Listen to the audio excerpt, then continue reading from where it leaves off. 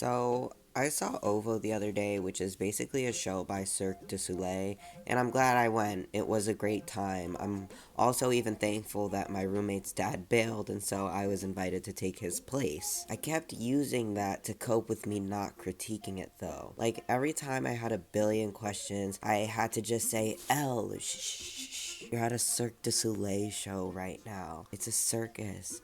It doesn't have to make any sense, just enjoy. Well, it's been about 3 days and I've decided that that's not gonna stop me from making this video. Also, can I just say that I'm actually a little scared to make this video? First of all, what place does it really have on my channel? Like, what is this channel in terms of content? I don't know, I couldn't tell you. We're throwing shit at the wall and just seeing what sticks. I think that's the fun of the birth of a new YouTube channel. But, most importantly, it seems that everybody fucking loves OVO. While reading the comments for the trailer from 7 years ago, everyone is absolutely in love, obsessed, the full nine. And the fact that this show specifically has been running for 7 years surely means that it's popular and high demand and good enough to keep around. Right? Well, I don't know much about circuses, but it definitely appears so. I'm also going to do a thought experiment. I'm not even going to look further into the reviews for OVO. I'm just gonna buckle in, make this video, and once I have made the video and have published it, I'll then take a gander at the chitter-chatterings on the internet, see if I truly am valid, or if I'm a vapid adult whose life force is so drained that I don't know how to have fun unless I'm slamming beers or eating ass. So where do we even start with OVO? I guess first we'll talk about the things that I enjoyed before I then tell you what the show is about and proceed to go absolutely ham. Loosely, the world of OVO takes place in a grassy land where our main characters are insects.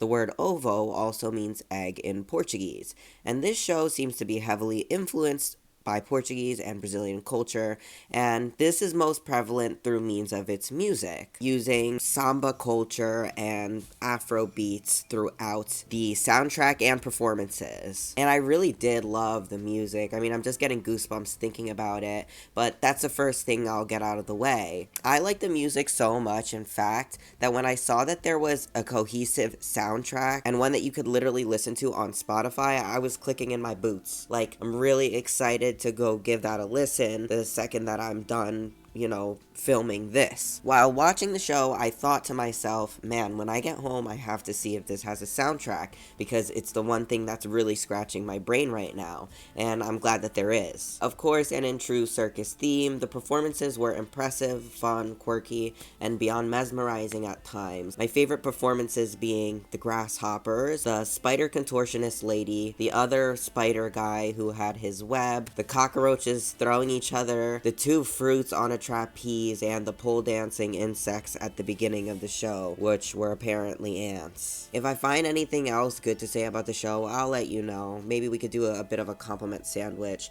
but for now, that's literally all that's coming to mind. My first issue with OVO is the storyline. The description for OVO goes a little like this on the official Cirque du Soleil website. A magnificent ladybug captures the eye of an awkward, unusual insect who has just moved into this lively neighborhood, and the two instantly fall in love. And if you would have put that description on an airplane and said airplane took a dolphin dive at 700 miles an hour, directly crashing into my home and landing precisely on me in the middle of it, I still would literally not be able to follow or tell that that's what this story was about. First of all, when you walk into the theater, there's this gigantic, beach ball moon looking object. Well, it looks like a globe, but it's white and it's plain. Is it supposed to be a moon? You could also argue that maybe it's an egg, although the shape makes it hard to tell. In the case that it is an egg, such as the name of the show, you start to think that this is an important aspect of the show itself. So then you have to wonder,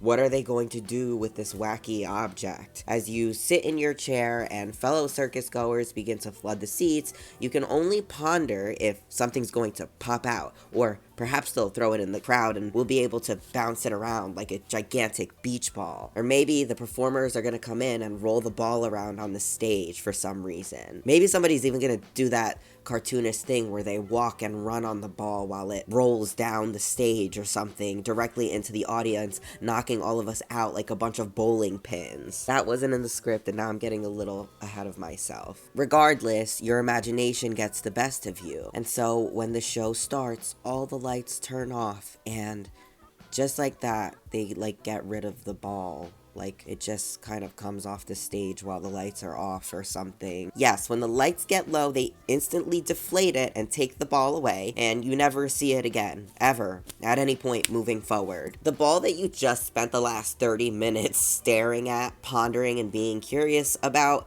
swiftly exits in an unremarkable manner, and that's that. You might be thinking at this point that I am a crazy person, and that this should not matter. And while you're not wrong, I am insane. It does matter. Because why? Like, what was the point of something so big and mysterious if you weren't going to use it in any significant manner? We could very much argue that this is just the moon, and to give some credit, there is ambient nighttime cricket noises occurring while you're waiting for the show to start. Like, fine, maybe I'm the idiot here. Maybe it's that it's nighttime while we're all gathering in our seats, and then the daytime arises when the show starts. Okay, cool, whatever. But it just, like, looks insane. And to give me some credit, out of all the people that I was with, nobody knew exactly what it was. At some point, I heard a family passing me referring to it as an egg multiple times. Maybe more emphasis on the nighttime setting would have easily answered the century-old question. Or maybe I just need to get my life together. I'm also hammering away at this specifically because this isn't the last time they do this in the show, and the next instance is bound to be a little bit more upsetting. The name of the show is Ovo. Egg. As previously mentioned, the description calls this a love story. So, this funny looking insect of which you could never really discern, such as many of the others, comes in carrying a large egg on his back. My roommate said that this was me leaving the house for the day with my book bag, and if you know, you know. So he's carrying this egg, he's tired, puts it down, and ends up getting it stolen almost instantly by all the other insects. This causes some tension because he wants his fucking egg back. Like, of course he does, but what is the egg? The story says that he's moving into this new town, so are all of his belongings in there? Is his baby in there? Like, has he just been out here running these streets to that extent? Well, don't even think about it, because now he falls in love with the ladybug. And we will continue on with this story in a bit, but we're taking a detour, like, now. This does not look like a ladybug to me. This does not resemble a ladybug. I wasn't thinking ladybug until halfway through the show when I said, maybe this is a ladybug? I guess it could be. We could argue that this is purposeful and meant to be avant-garde and creative, but it makes it really hard to understand who's what. And a lot of the costumes are like this. I mean, maybe all of them are like this. I don't like the designs for the costumes. Not only do I feel like a lot of them look cheap and tacky, but you just cannot tell what these insects are. My roommate said that she was shocked that she didn't see any butterflies flying around. Well, these were the butterflies, apparently. But what about these two is giving butterfly? Like, we couldn't have done some, like, pretty ambient wings that could just be there to tell us that they were butterflies while also not getting in the way of the performance, if that's gonna be the excuse or argument as to why they didn't have wings. I mentioned some cockroaches at some point. Maybe that sounds funny, but the thing about the cockroach performance was that it was actually a very graceful one. It was the people basically grabbing each other and then throwing each other's bodies to the other group of cockroaches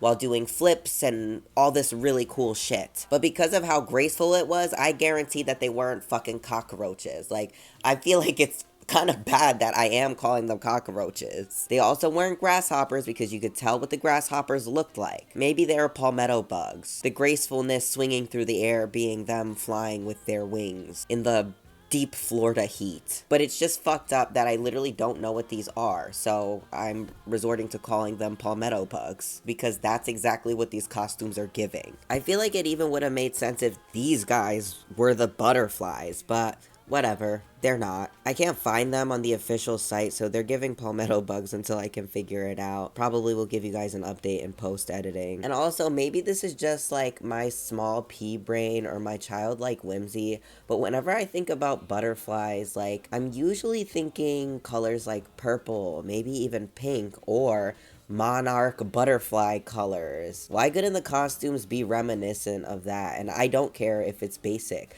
Why am I spending half of the show wondering what bug is which? Also, this isn't on script, but I didn't like how the spiders looked. There was only one that really looked like a spider, and at some point the really cool contortionist spider lady, like, the only reason I could tell that she was a spider was because when she originally came in on the stage, she did have a prop on her back that was like, you know, 8 arms and legs or whatever. And damn, I'm not saying to bite off of fucking Peter Parker Spider-Man, but I don't know, I just feel like there just could have been a little bit more that would have gave Spider. Or not look so fucking corny in the very least. Dude, those costumes suck. So there's just a couple of things I wanted to say before we got out of the costume aspect of OVO. I'm doing that thing right now where I'm just trying to justify the fact that I don't like this show, because I feel like I'm going in too hard on it, but there's a reason, I think. Example, in terms of the costumes, I really don't like most of them, and like I said, I think the spiders look like shit. I wouldn't have been able to tell this was a spider. Only by their movements and acting was I able to realize it. And also when the black spider came out and actually had like a prosthetic of 8 legs on her, I was like, okay, these are definitively the spiders, as this is the spider section, and these red spiders have been with us since the beginning of the show. Let's look at the crickets. The crickets look like crickets. They looked like crickets from the moment they came out, and they look so good. From the little head masks they have, portraying their buggy eyes, and these crazy little things that make the illusion of them having those back legs. All I'm saying is that this looks like a costume that they put a lot of time and effort into.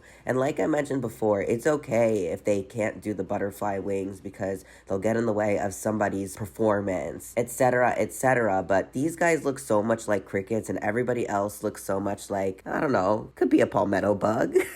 Moving on, while watching some of the footage for OVO, I just want to remind everybody who's seeing this video that my gripe is not even anything to do with the performers. I mean, they were the one thing that kept me on my toes the entire show, and the one thing that kept me grounded, thinking that I was really glad and thankful to be experiencing the show at all to begin with.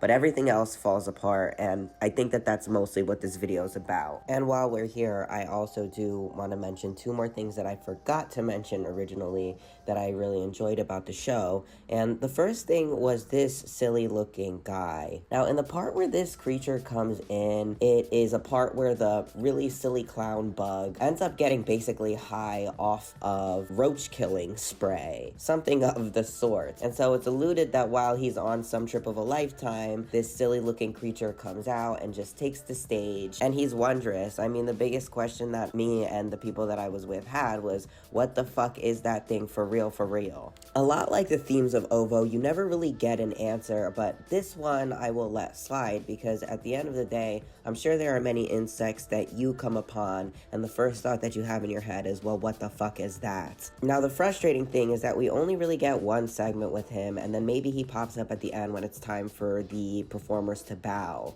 I would have liked to see more of this crazy little guy. There was a point where I thought that maybe he would end up teaming up with the weird bug, and that maybe they would go on some adventure getting the egg while also getting the girl, but that didn't happen either. Maybe I was just letting my imagination fly. We only see him for this one performance, and it's honestly a shame because he was so much fun, and yeah, I just would have liked to see a lot more of him. The last thing that I'll say that I really enjoyed that made my heart feel really warm was at the end of the show. When the performers come out and bow, not only do they come out and bow, but they also take off a piece of their costume. So, example, maybe their antennas or a mask that they're wearing all together. Some of them will throw these masks up in the air, and it's just kind of sweet to see the faces behind the performers and the people who basically carried the show. I really liked that. Made me a little emotional, and it was just a nice little personal touch. Alright, let's go back to the storyline real quick, just to continue chipping away at how flawed it is. As I said, the wacky bug puts his egg down and it gets stolen. He spends like a quarter of the show fighting with this one guy and trying to get his egg back. After that first quarter though, he seems to completely forget about the egg altogether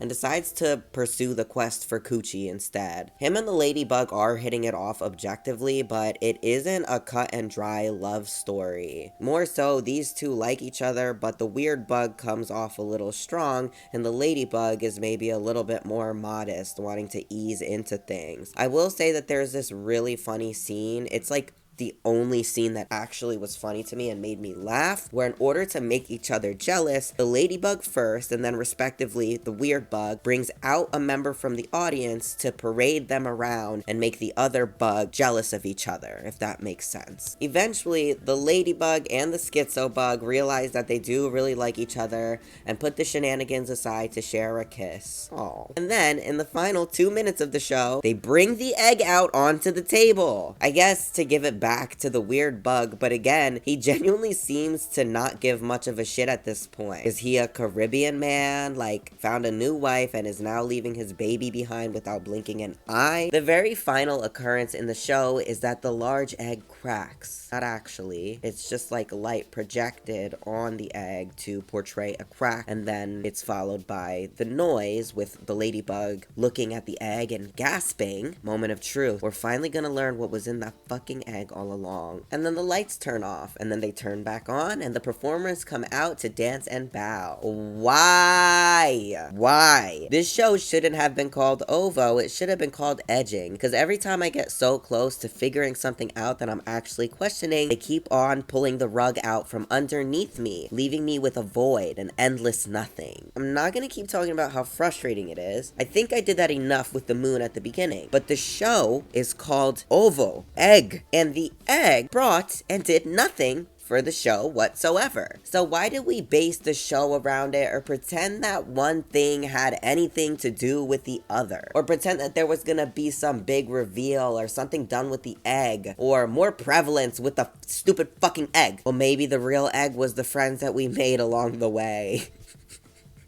Before I move on to my next piece, this is also off script. I did not think that the show was funny at all, and I'm going to bring this up now because soon I will be doing a comparison, but the sense of humor was very childish, and again, I'll give them credit. It is a family-friendly show, and I think that Cirque du Soleil is pandered more towards children, which isn't bad. Family fun, right? But I also do think that it's generally important for everybody to be able to laugh.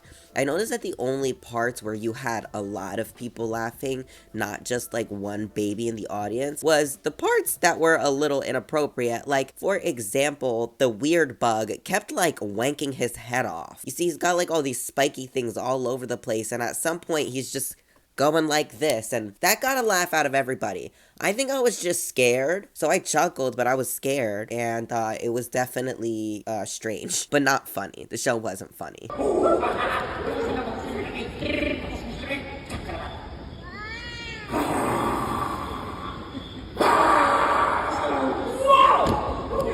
There were a couple times that were funny, but the, like, fake language, babbling, theater kid humor was prevalent, and I just don't like that. So, I have a small random complaint. One of my favorite aspects of OVO was the culture. Watching OVO at the Prudential Center in Newark and realizing that there were elements of Portuguese and Brazilian culture felt very representative and validating in a way, considering the Newark Ironbound area, only a couple of blocks away, a plot of land that's booming with the Brazilian and Portuguese people, restaurants, and culture, and it's also one of my favorite places to go eat good food, drink good beer, and be silly. But there are two problems that I have with this. Number one, why bugs? Now, I don't want to sound like I'm a non-fun haver, but I feel like in terms of representing Brazilian culture, there were so many other ways we could have done it. Like, why did it have to be bugs? Like, are Brazilians known for bugs? Okay, I'm not Brazilian, you guys, but I spent a lot of time around Brazilian people. I'm somewhat familiar with the culture, and I don't know, I just never have been out here, like, hearing about the bugs in Brazil. It's almost like they were somewhat inspired by Rio, but birds were already taken, so hey, let's do bugs instead. And maybe this is a thought that I should copyright before, like, Cirque du Soleil finds me, gets me, frames my death as a suicide. But how cool would it be to maybe have a Carnaval-themed circus? I think that would be, like, the coolest fucking thing that you could do. I'm also just, like, reminded of that one meme where every box office cartoon or hit movie that features black people always deduces them down to being like a literal animal for most of the film, or like a blob instead of them as like a normal black person or person of color. And while I do get that vibe a little bit, I'll say that what saves the show from me like getting that kind of ick is the fact that it is a circus. Like, they could be as creative as they want with the portrayals of these themes and characters. From an artistic side, fine. It gets a pass. I definitely understand it. But I also could safely tell you that I probably wouldn't even be complaining about why bugs if everybody's costume and makeup just fucking looked better. And also if the story just made more sense. Like, now that I'm sitting here thinking about it, what's stopping them from upping the ante and adding more jewels, more extravagant makeup, and actual vibrant colors in costumes to really portray Brazilian culture and that whimsical carnaval aspect of their culture? Like, why can't we just really like lean into that, go all in, you know what I'm saying? Instead, I got palmetto bugs. To give even more credit where it's due and to somewhat debunk everything that I just said, OVA was created by a Brazilian woman whose name is Deborah Kolker, and I'm glad, but it doesn't change my opinions. Like, I'm glad, like, at least there's that, like, at least she's Brazilian, but who the fuck was in charge of them costumes? And why the fuck is there an egg in the story if we don't talk about no fucking egg?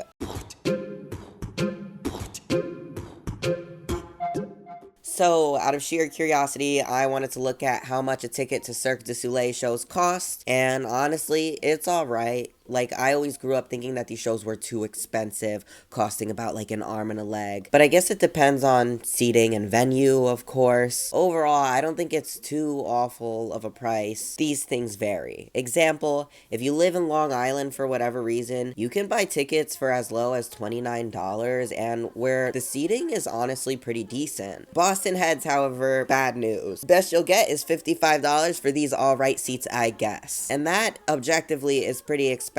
I mean, a good birthday gift in the very least for your child or your elderly aunt who is really into circuses. And I guess for an hour and some change of family-friendly, jam-packed fun, it's fine. Like, I think that the show is probably worth $50 for okay seating, I guess. And now for this video, I was originally going to complain heavily about this price because this is not even the first time I've seen the circus this year. And shockingly, within the last 3 months even. On a whim, my crackhead little sister managed to find out about this thing called Cirque Paranormal, a circus by a company under the name of Cirque Italia. My mom bought us tickets as the show would be apparently leaving or something, and so on a rainy Saturday late afternoon, we went. Fuck is this, bro? You got me going to the Casafreakos circus? What the heck? They've been sipping off the Casafreakos. Before the performance, they'll take a shot at Casafreakos.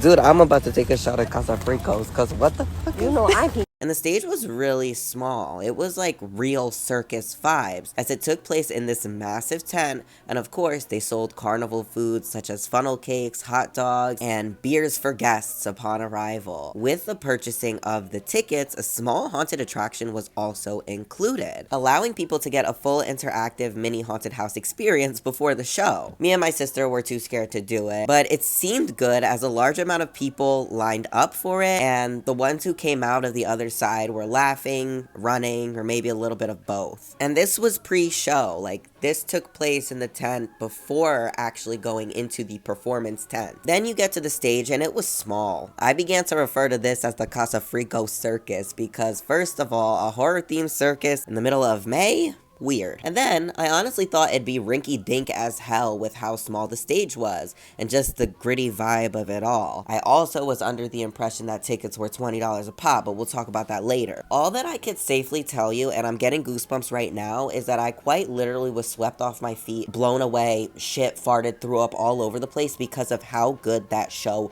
was. Act after act, I was literally floored, and I found myself getting emotional and even crying at certain points because I was so fascinated with how incredible humans could be. Like, the crazy shit that they get into and can do, and the things that you could do when you set your mind to it. Oh, that's crazy! Oh! No, he's not. Oh! Oh!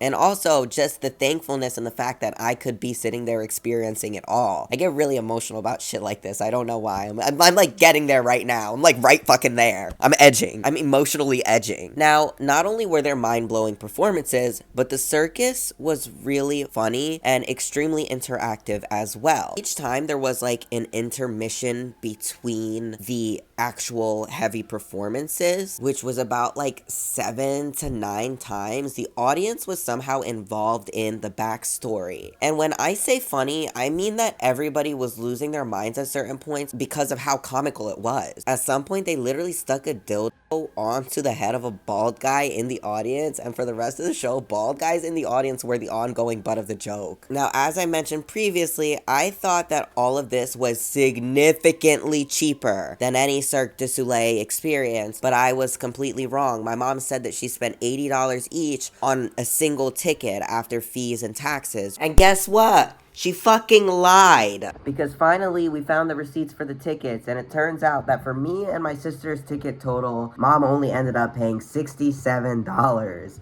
Under 80, not even 80. I don't know why she told me it was fucking 80, because I fumbled the bag for the rest of this part in the video. But every time I say $80, just remember that I mean 67. And that on top of that, all of the desserts and the treats and snacks that you could get were pretty reasonably priced. And just keep this in mind, because I was under the impression that OVO was just as affordable with a backseat ticket as this show was, but no, this show was so much more affordable and so much fucking better. She didn't come with because she was scared, but it was to the point where I absolutely would have gone a second time or day if I had the means to afford it, and also bring my mom to experience what we got to, because I felt like she missed out, and we told her that she missed out. And as for the horror aspect, like, that was more of a theme. It wasn't actually scary. Before I go into the breakdown of the prices, some performances included your run-of-the-mill yet extremely talented contortionists, trapeze swingers, silly but talented dancing hip-hop nuns, and then more intense shit like a motorcycle riding down a strip of elastic back and forth while a girl was somehow hanging onto the motorcycle doing tricks in a hoop at the bottom. Like, what? Oh, a Harley Quinn clown girl on a fucking three-wheeled unicycle? Okay. Also, this guy who I deemed literally my boyfriend, like, what are you doing up there? Oh my goodness. Wow. Like, wow. Holy fuck. How do you even describe these things? Like, how can you even tell another person what you saw without either showing them a video or just going to see it yourself? These are just a couple of my favorite performances, mind you. It really doesn't even scratch the surface of what we experienced that day. And I also took so little videos because I was so transfixed and so locked into the entire experience. I didn't want to miss it in real time, you know? Also, this is random, but I just wanted to note that this circus was a 13 and up show, and if you wanted to come there while under the age of 17, all minors had to be accompanied by an adult. I mentioned the dildo earlier, but there were also a lot of inappropriate jokes, innuendos, and of course, sexy, demonic, stripper-esque ladies.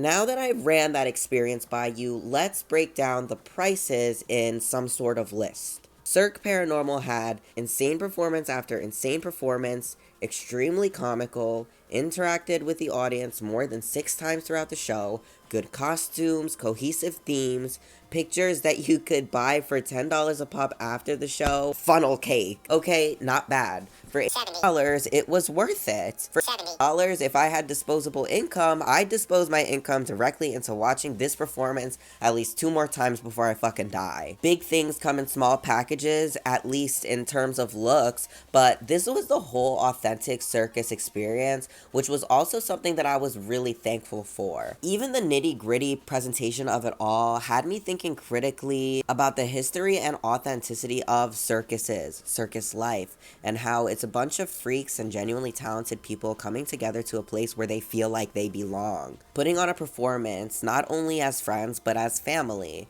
And then having a show so compelling that you bring an audience together through howls of laughter, cheers from astonishing performances, and the general closeness of the seats. And it's really funny because we made friends with the people beside us. I complimented like 3 different girls because of how good they looked. And the guys in front of us were kind of annoying and underappreciative of the performers, but I peeped that every time I said something funny, they would literally lose their fucking minds. And hey, maybe that's all got to do with the energy that me and my little sister had, but like, it was so close together and such a fun and small, homely environment. It felt warm, exciting, and exclusive in a way. I don't know if that makes sense, but that's how it felt. Before I wrap this up, I also want to say that after watching the show, I was enthralled and curious with many questions about circus culture. I also felt big regrets for not filming more because a part of me wanted to make a video talking about this circus for some reason. Like, I wanted more to come out of that experience, but I enjoyed it so much and had no footage, so what could I have done? Well, God works in mysterious ways. As I watched OVO, I couldn't help but be constantly reminded of the awesome experience that I had only 2 months earlier at Cirque Italia, and the way that, yeah, OVO wasn't bad, but it was kind of flat and left for a lot to be desired for something as prolific and name brand as a Cirque du Soleil show. And for the average viewing experience of this Cirque du Soleil show, coming in at maybe $55 to be generous and realistic, you'll get like 6 performances total, 2 audience interactions occurring back to back and at the same part, mostly story fluff, because yeah, out of the entire show, I want to say the story bugs, not the performers, just kind of like running around and being goofy. A story that also makes no sense, mind you, despite taking up most of the show. Antiani's and $17 for a tall boy truly. But now is where I take the piss a little further. While again, I didn't buy the tickets and was privileged enough to be invited to go, we were close to the front, like really close to the front. And the tickets for those seats, a couple rows behind me or anything closer, were over $150. And for that price, all I'll say is that Cirque Italia destroys Cirque du Soleil as a whole, and you're getting so much more bang for your buck. I briefly was looking at Cirque Italia's website, but all I could say is that if you're interested in circuses, please look them up and see if they're coming to a town near you, because oh my god, what an experience. What a beautiful, genuine experience. Why am I getting emotional? Why am I getting emotional? It was so good, bitch. The Casafreakos circus definitely exceeded my expectations. We've reached the end, and I want to emphasize that I'm glad I got to see it. Kind of more glad that it gave me an excuse to talk about Cirque Italia, but I'm glad because I live in a first world country and even get to go experience silly little things like seeing a circus with friends and oohing and eyeing at the acrobatics while just generally being appreciative of what humans are truly capable of. You'll always have me grabbed tightly by the balls with just that. But if there's one quote that I can use to perfectly explain to you how I felt about OVO, we got home after the show and everyone of course had been chattering about their thoughts. I was mostly interested in hearing what my roommate's grandmother thought, a Chinese woman in her 80s. So I asked my friend what grandma's opinion was, and when my friend asked, Papa said, I didn't not like it. And at the end of the day, that was the only validation I needed to make this video, and the most perfect description to be said about OVO. But that's gonna do it for today's video. Make sure you leave a like, subscribe to the channel, and I'll catch you guys in the next, I guess, most random thing you could ever imagine that I have thoughts and opinions on.